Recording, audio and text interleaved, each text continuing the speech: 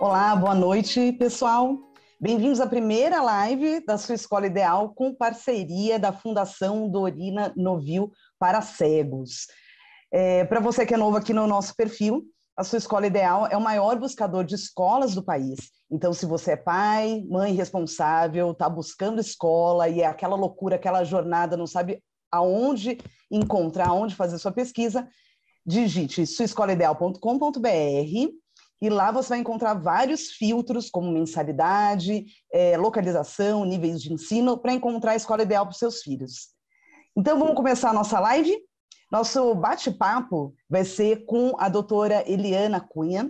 Ela é doutora e mestra em Psicologia da Educação pela PUC São Paulo, coordenadora de Educação Inclusiva da Fundação Dorina Novil, atua há mais de 30 anos na área da deficiência visual e trabalha há 21 na Fundação Nossa Senhora, doutora Eliana.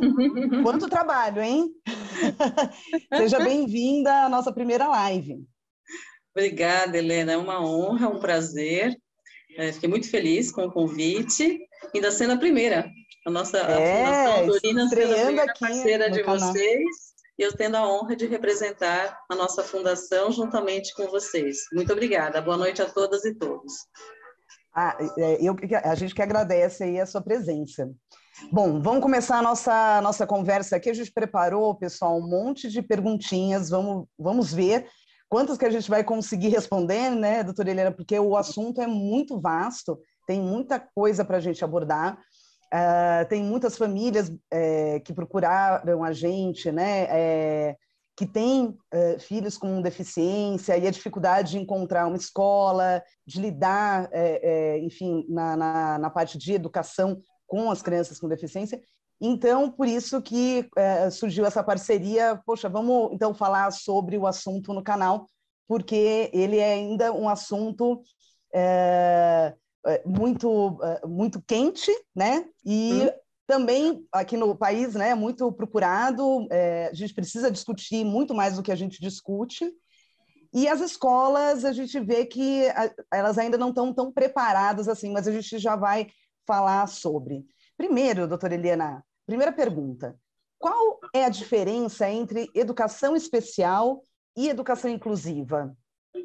Então, essa pergunta é muito boa, porque as pessoas ainda têm um pouquinho de dúvida, sabe, Helena? Que a educação especial, ela é aquela educação que os profissionais, os professores são especializados. Então, eles têm especificações destinadas àquele perfil de deficiência que aquele aluno apresenta. A educação inclusiva é justamente que todas as crianças estejam nas escolas comuns com todos os outros alunos. E a perspectiva mais adequada, que é chamada, né, pela própria política de educação, é educação especial na perspectiva da educação inclusiva. O que é isso? Eu tenho a inclusão, mas eu continuo precisando dos profissionais especializados, sejam professores, sejam profissionais terapêuticos da área de educação e saúde, que irão dar suporte a essas crianças e aos professores e às suas famílias, para que essa inclusão aconteça de fato. Perfeito. E muito se discute onde que as crianças com deficiência devem estudar, né? Então, qual é a importância da criança com deficiência estudar numa escola de crianças sem deficiência, né? A escola comum, a escola regular? Esse é um direito de todas as crianças, né? Isso foi preconizado lá em 94, com a Declaração de Salamanca, até antes, né, na Declaração dos Direitos Humanos, em 1948, em que as pessoas têm direito a estar em todos os lugares. Mesmo as pessoas com deficiência, elas devem estar tanto no espaço social, profissional, educacional, com todos os demais, né, Helena? Porque o mundo não é separado. Então, essa criança, depois que crescer, ela continua. O ambiente que ela frequenta, os meios sociais, tem que ser os meios sociais de todos. E na escola convencional, na escola regular, o que vai acontecer? Essa criança ganha com as trocas, e a criança sem deficiência também ganha. Então, o que muitas vezes o pessoal acha, só criança com deficiência tem vantagem. Não é não. Então, essas crianças sem deficiência, elas aprendem desde pequenininhas a conviver com a diversidade, desenvolvem valores, desenvolvem posturas mais humanitárias, né, que acabam sendo adultos, inclusive, melhores depois nos seus espaços sociais. E a gente tem isso como prova, atendendo as crianças, observando seus comportamentos, como isso é vantajoso e de qualidade, para que é uma escola de qualidade, sabe? O que é uma escola de qualidade? Aquela que proporciona um ambiente de maiores valores humanos, não é aquela que tem só os melhores conteúdos, né, Helena? Porque a gente está num mundo que é muito valorizado o conteúdo, né? A escola forte, a escola, sempre, ainda escutamos isso, né? Eu quero que meu filho esteja numa escola forte. O que é uma escola forte? O que é uma escola de qualidade? Dá conteúdos legais? Bacana, esse é o mínimo. Agora, e as relações? Como que as pessoas dessa escola se relacionam? Como que essas crianças... É uma escola inclusiva? Você já pensou que bacana essa criançadinha que vai crescendo agora, diferente da minha geração, que cresci sem conviver com nenhum tipo de deficiência?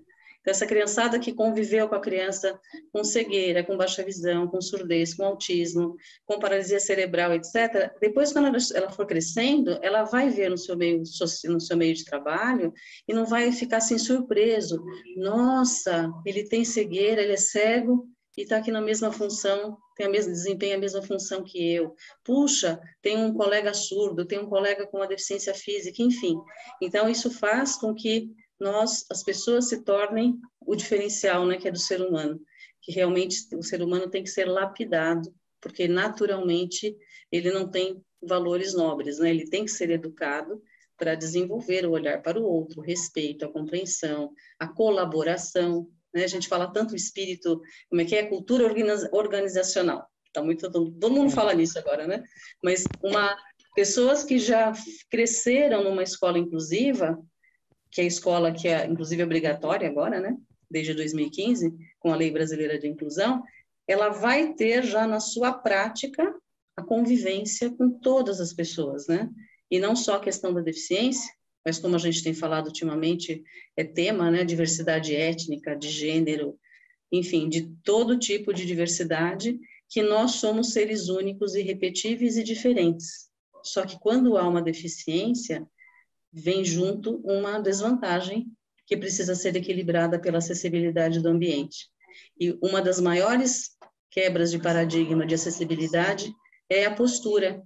Eu acolho as crianças com deficiência, eu as vejo como crianças como todas as outras, eu acredito que todas as crianças aprendem, são questões que a gente tem que levantar. E quebrar aquele tabu, né, que a pessoa com deficiência, a criança com deficiência não é capaz, né? Não tem a mesma capacidade, não, né, de aprendizagem, e quando cresce, nossa, o que você comentou, nossa, ela está fazendo a mesma função que a minha, mas ela tem deficiência, né? É realmente quebrar o tabu. E a criança com deficiência, né? Ela atrapalha os demais estudantes? Vamos quebrar esse tabu também? Ai, adorei essa pergunta. Então, apesar do nosso ministro atual da Educação, que é a autoridade máxima em educação no país, ter falado em alto bom som, para quem quisesse ouvir, e reiterou, inclusive, essa frase, né? Que criança com deficiência atrapalha os outros estudantes. Gente, essa fala, ela agride não só os direitos das pessoas com deficiência, ela, inclusive, fere a Constituição. Quer dizer, nós somos signatários de vários documentos, inclusive da própria Declaração de Salamanca, que eu disse, em prol da inclusão, né, o direito das pessoas com deficiência. E, de fato, gente, o que atrapalha é falta de investimento na educação, são essas posturas retrógradas. Então, o que a gente vê numa fala dessa? O que a gente percebe? E um pouquinho antes, né, Helena, teve um decreto também, querendo separar de novo as escolas especiais, Sim. Escolas convencionais, e esse decreto foi derrubado. Então, a sociedade civil tem que se levantar, tem que falar, tem que se pronunciar, impedir esse retrocesso, porque a construção da escola inclusiva, gente, no Brasil, ela remonta de muitos, é um processo de muitos anos. Então, foi uma luta com a conquista, luta, né? Uma Helena, luta. Foi luta de especialistas, foi luta de pessoas com deficiência, das suas famílias. Então, e foi uma construção. Então, não é, de repente, alguém desinformado e totalmente alienado da realidade falar uma coisa dessa, embasado em quê?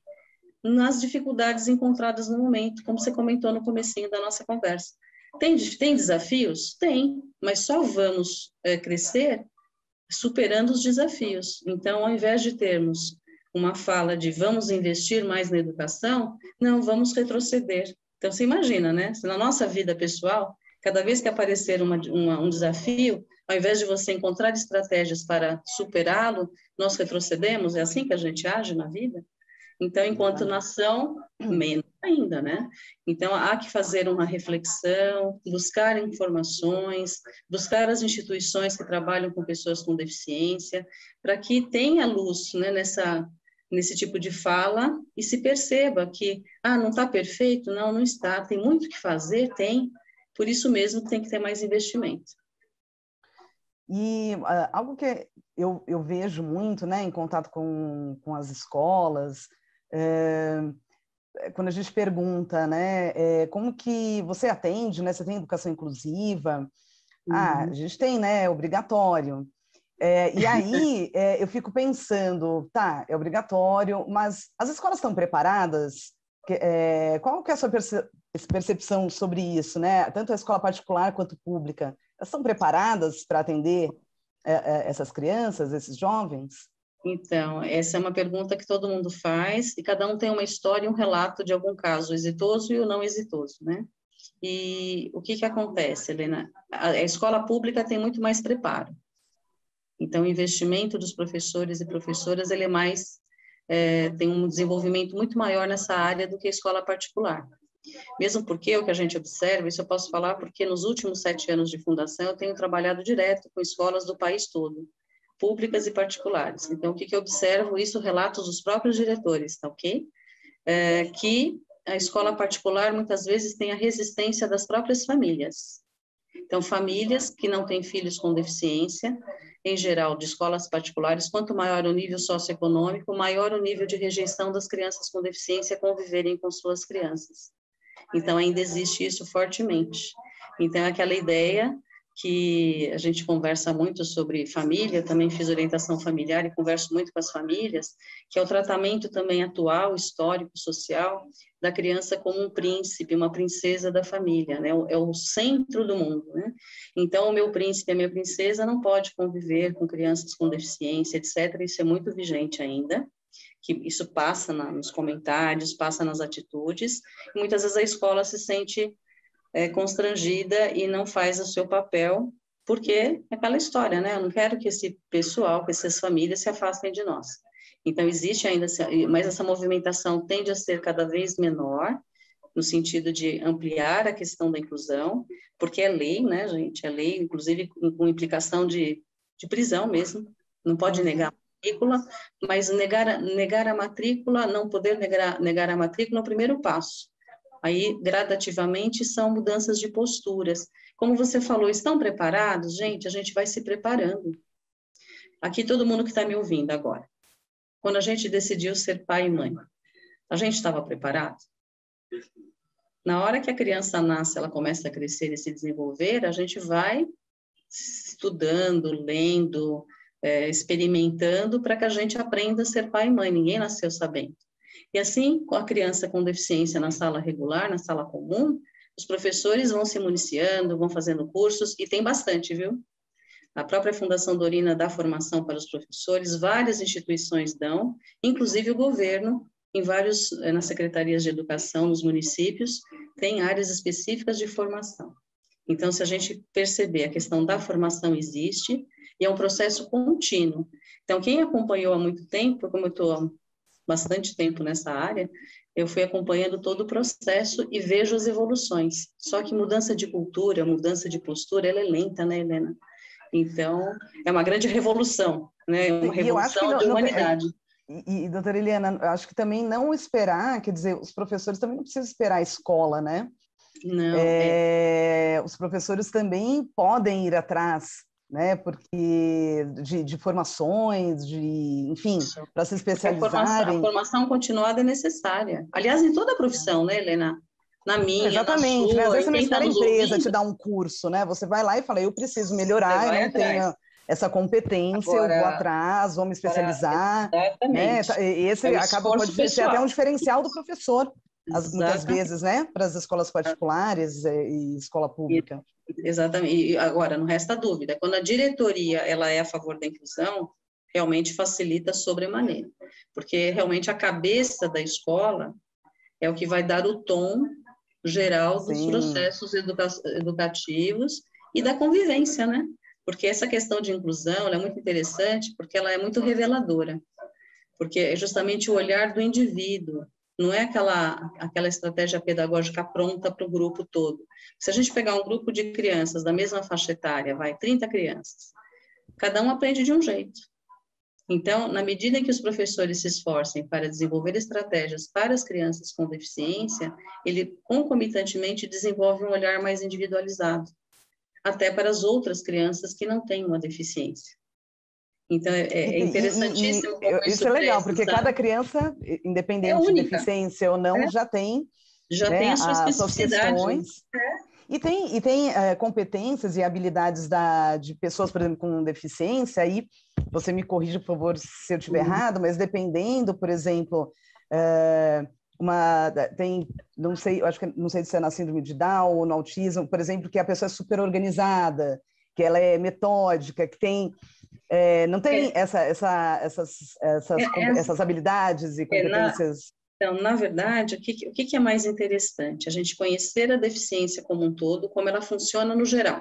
Tá. Né? Então, sei lá, tem um aluno com síndrome de Down, tem um aluno com autismo, tem um aluno cego. Peraí, eu vou fazer um estudo de como é, um geral, como essa deficiência, quais são as características mais importantes, como são as estratégias a estudadas, métodos, etc.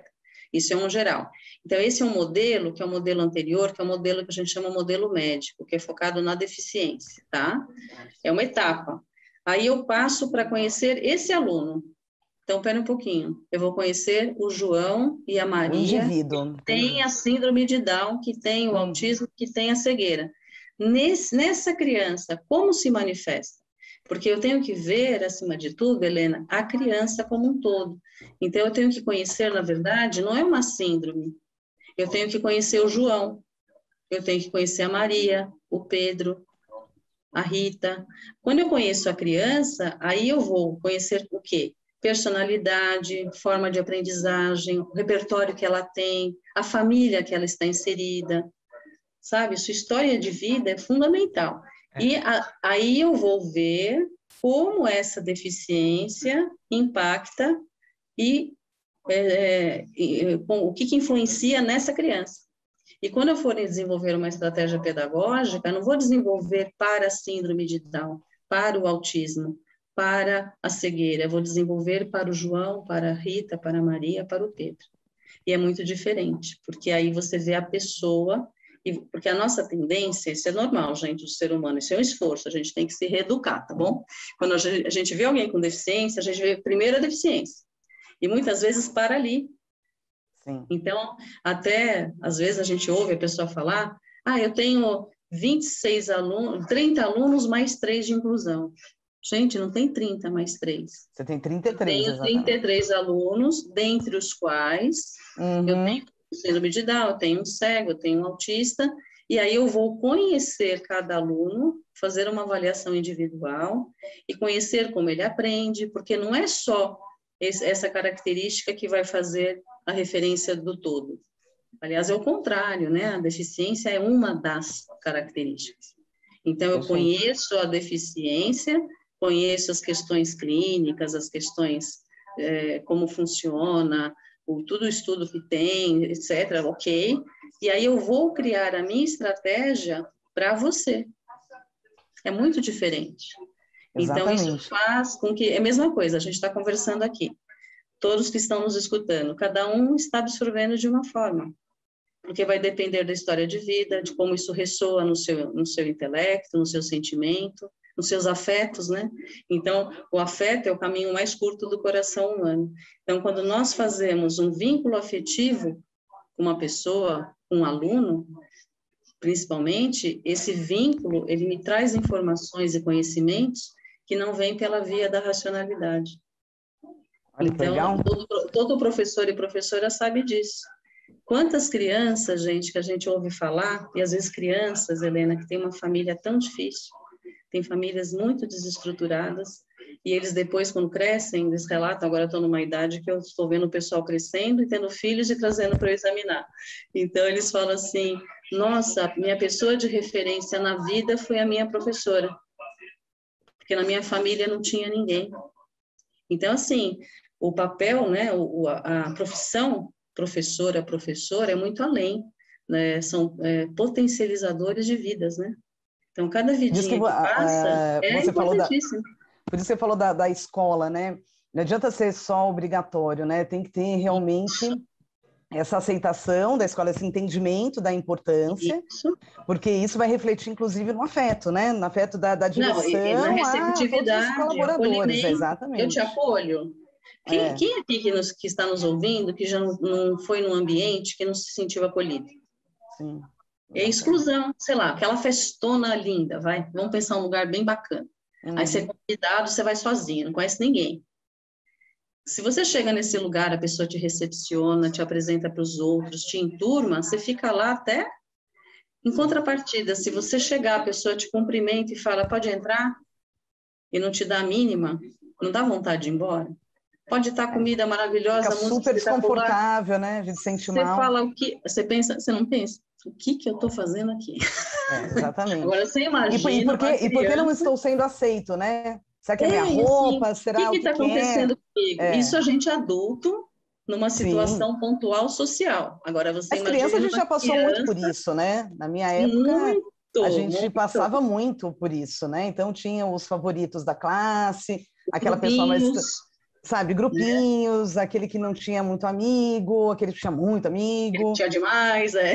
E aí a gente, né, cada pessoa quer se sentir parte de algum grupo, É né? aí que se De, formam as famosas panelinhas, né? Porque sim, justamente o quê? São grupos de afinidade. Agora, se você chega com uma deficiência, todo mundo olha para você e só vê a deficiência, nem me conhece. Não chegam nem a conhecer a pessoa. E faz a barreira. E a criança, ok, acho que assim, gente, tem que ter a lei? Tem. Então, tem que ter lei de cota, sim. Tem que ter, uhum, porque naturalmente, pessoal, o ser humano ele é excludente. O preconceito exato. faz parte da natureza humana. Nós tendemos a afastar as pessoas que são diferentes de nós. Então, Uhum. esse é um processo de construção, de elaboração. Por isso que a escola, bem mediada, fará cidadãos, desenvolverá cidadãos de verdade. Pessoas que têm outros tipos de valores. E olha que interessante, Helena, a gente está vivendo um momento da vida social, uma esquizofrenia social. Nunca se falou tanto de diversidade, de inclusão, não é verdade? E, ao mesmo tempo, nunca se hipervalorizou tanto um corpo, aspas, perfeito. A gente não pode envelhecer, então não pode envelhecer, não pode, tem que ter o corpo do atriz X, do ator Y, Agora que tá na moda aí jovens o com cabelo branco também, ai, né? agora virou obrigação. Então, assim, É, nada é permeável de uma escolha. Então, às vezes as pessoas falam assim: "Ah, eu não pinto porque eu não sou obrigada". Eu falo assim: "Então, eu pinto, eu também não sou obrigada. Eu pinto porque eu gosto". Então, assim, parece que aí depois que cria-se uma escolha, tem que ser coletiva. Então, a individualidade vai se perdendo e tudo fica pautado na aparência.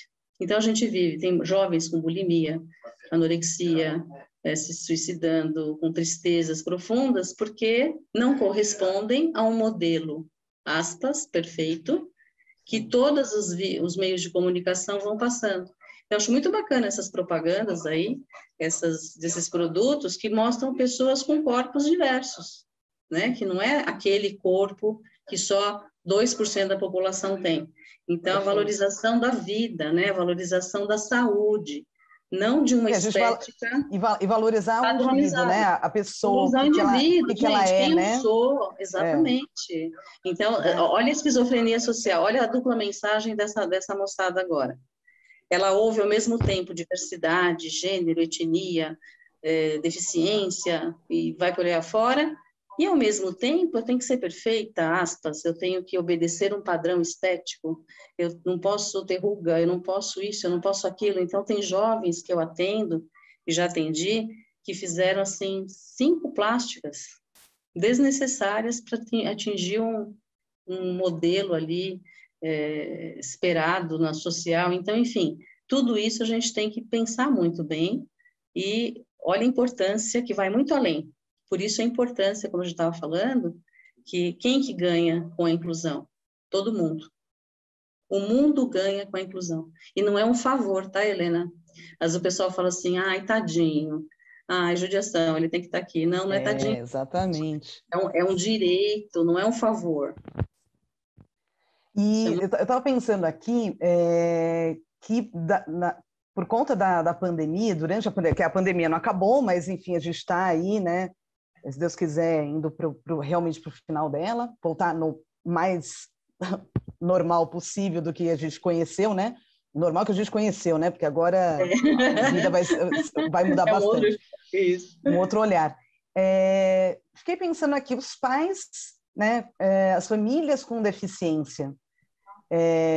Você que trabalha com as famílias, quer dizer, para todo mundo foi muito difícil, mas imagino que para as famílias que têm crianças, inclusive com deficiência, que precisam que as crianças precisam de um cuidado, né, especial. Isso, outros atendimentos, exatamente. Você acha que a família sofreu mais? Todo e até vou emendar a outra pergunta, que daí que a gente tinha colocado aqui. As famílias com filhos com deficiência apresentam diferenças importantes em relação às demais famílias? Então, já junto as duas perguntinhas. Primeiro, assim, as famílias que têm filhos com deficiência, eu já vou falar agora, vou me colocar no meio, né? Que eu tenho um filho autista, como eu falei. Então, assim, nós temos sentimentos diferentes, preocupações diferentes. Então, tudo isso nos afeta de uma outra forma. Com a pandemia, uma criança com deficiência, via de regra, ela vai ter mais dificuldades de ter o distanciamento social, obedecer às regras, fazer a higienização. Então, assim, muitas crianças que já voltaram para as aulas, as crianças com deficiência, muitas vezes as famílias não permitiram ainda, e eu entendo. Imagina uma criança cega que usa o tato constantemente, numa fase em que a gente tem que evitar. Imagina essa criança vai toda hora que colocar a mão em alguma coisa, vai higienizar antes de pôr a mão na boca, nos olhos, uso de máscara, enfim. Então, essas aulas à distância que foram necessárias, super a favor do distanciamento social, sim, do fechamento das escolas nas fases que aconteceram, tiveram que acontecer, mas que a educação à distância foi mais penosa para quem tem deficiência, porque o contato presencial faz muita falta. Por outro lado, eu também coletei várias percepções, olha que interessante, que muitas famílias se aproximaram mais da escola. Então, por conta do professor falar diretamente com eles, porque tiveram que ter a mediação, né? Aliás, todas as crianças pequenas tiveram que ter.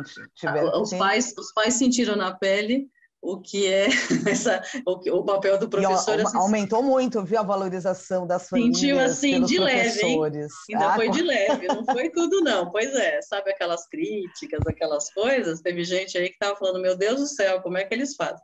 Mas enfim, aí eu colhi também percepções, foi bem bacana, porque como eu atendo muita gente, no ano passado, só para vocês terem uma ideia, pela fundação, passaram por mim 6.200 professores em formação online.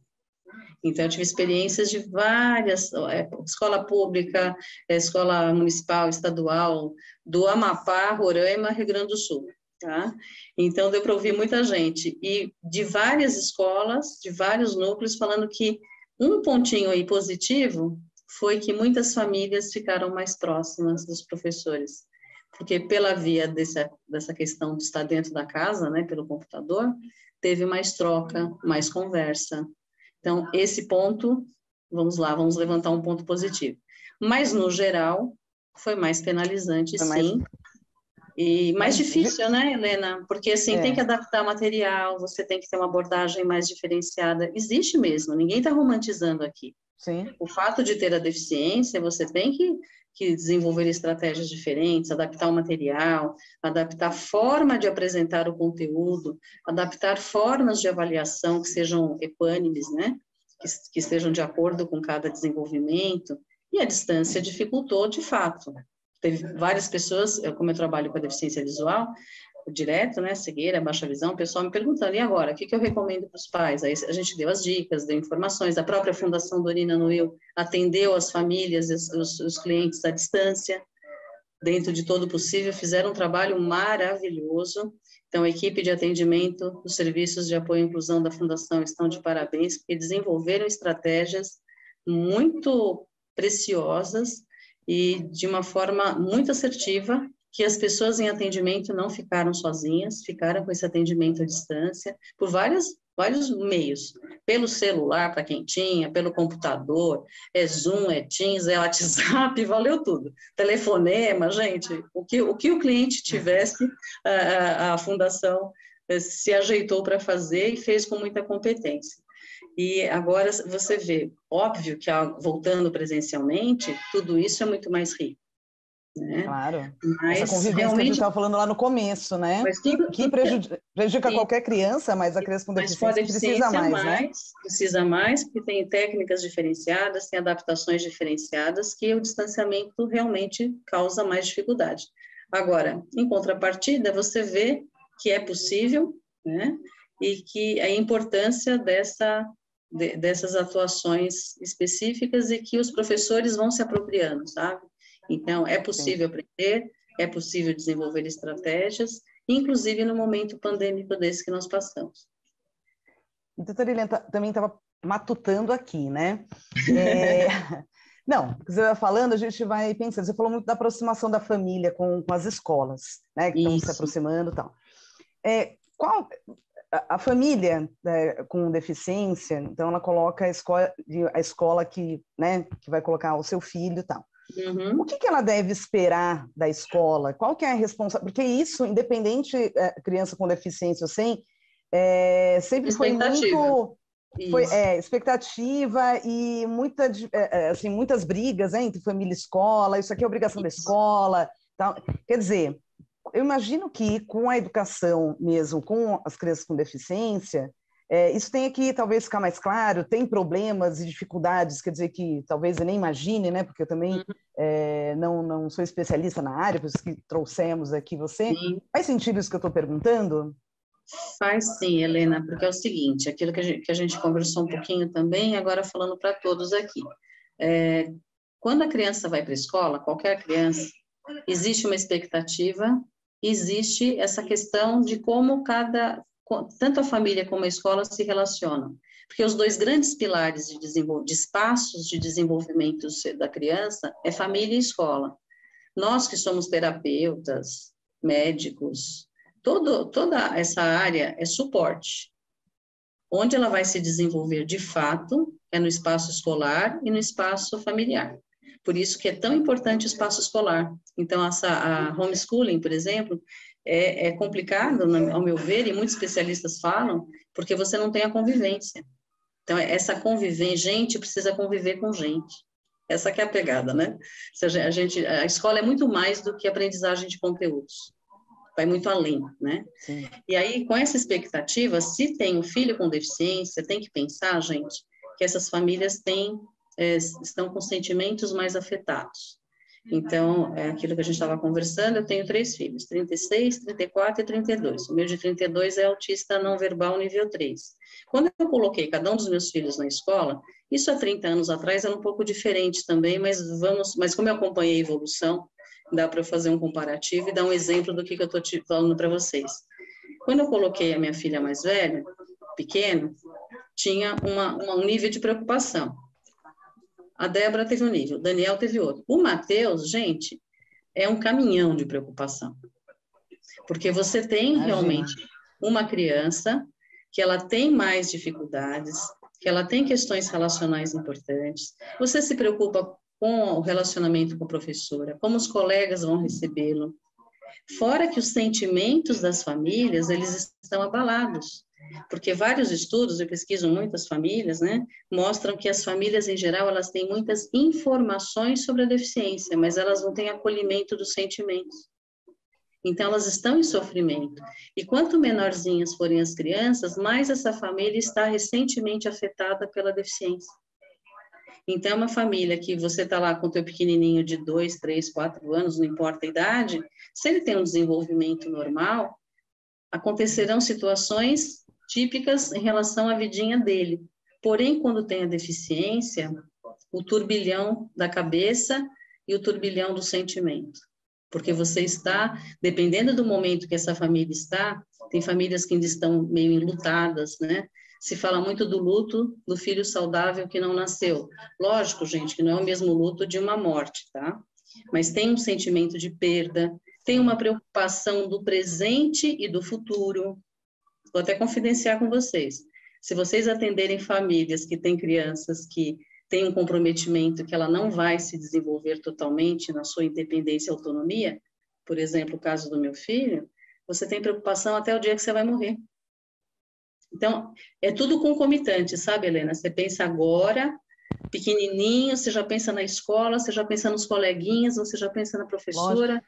como é que vai Já ser? sofre provavelmente, Pronto. né, Não, e você já tem antecipando uma... problemas possíveis, né? Porque é real.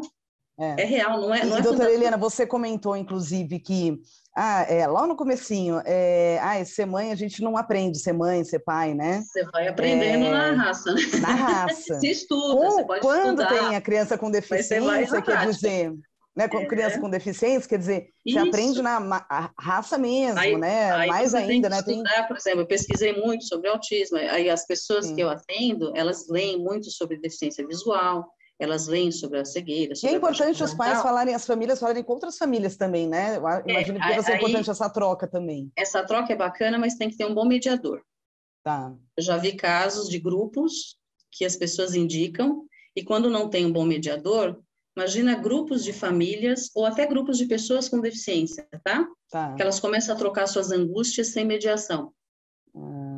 Meio perigoso também, porque eu atendo o outro lado. Teve uma paciente minha que falou assim, nossa, teve um oftalmo que me indicou um grupo lá de WhatsApp com um grupo de pessoas com baixa visão.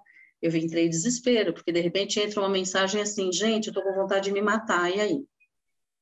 Porque esse sentimento, gente, de morte e de querer sumir, é muito frequente em quem acabou de ter deficiência, ou em famílias que recentemente descobriram que seus filhos têm deficiência.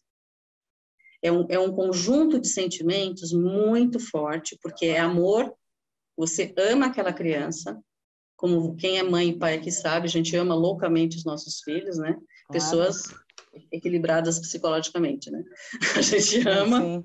Mas concomitantemente você morre de medo e tem a tristeza pela deficiência, é natural. Então, isso tem que ser trabalhado.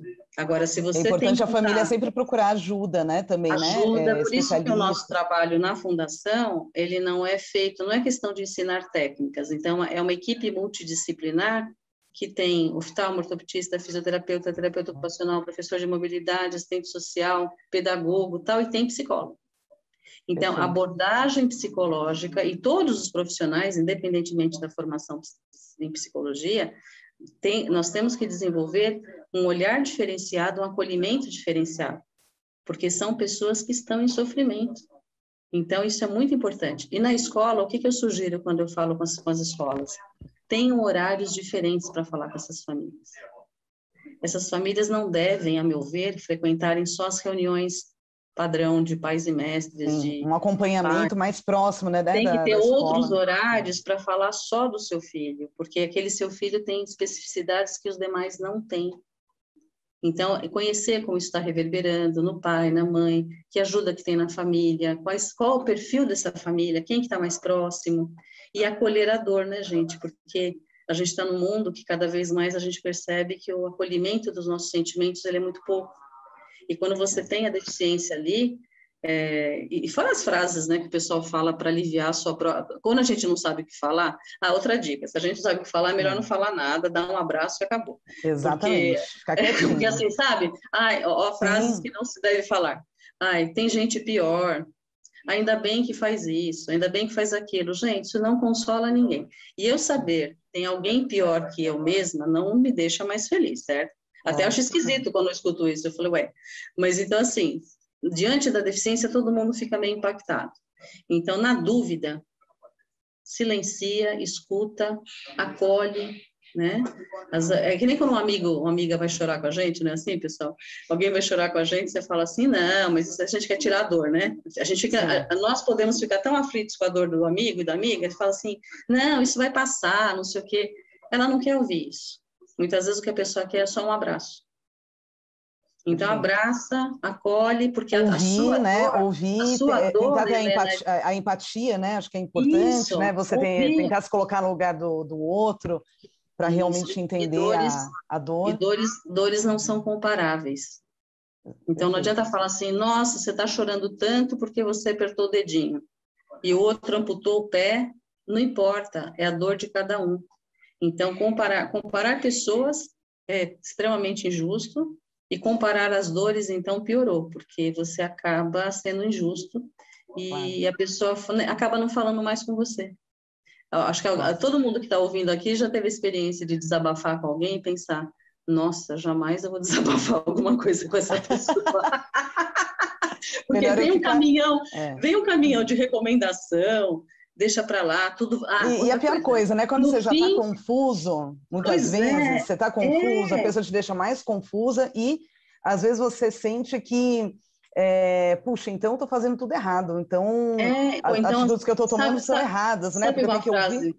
uma frase que me dá arrepio? No fim, Hum, tudo dá certo. Aí eu pergunto, fim do quê e o que é dar certo, entendeu? sim, Então, assim, no fim, exatamente. tudo dá certo. Isso vai passar. Gente, não fala assim, Sim, sério.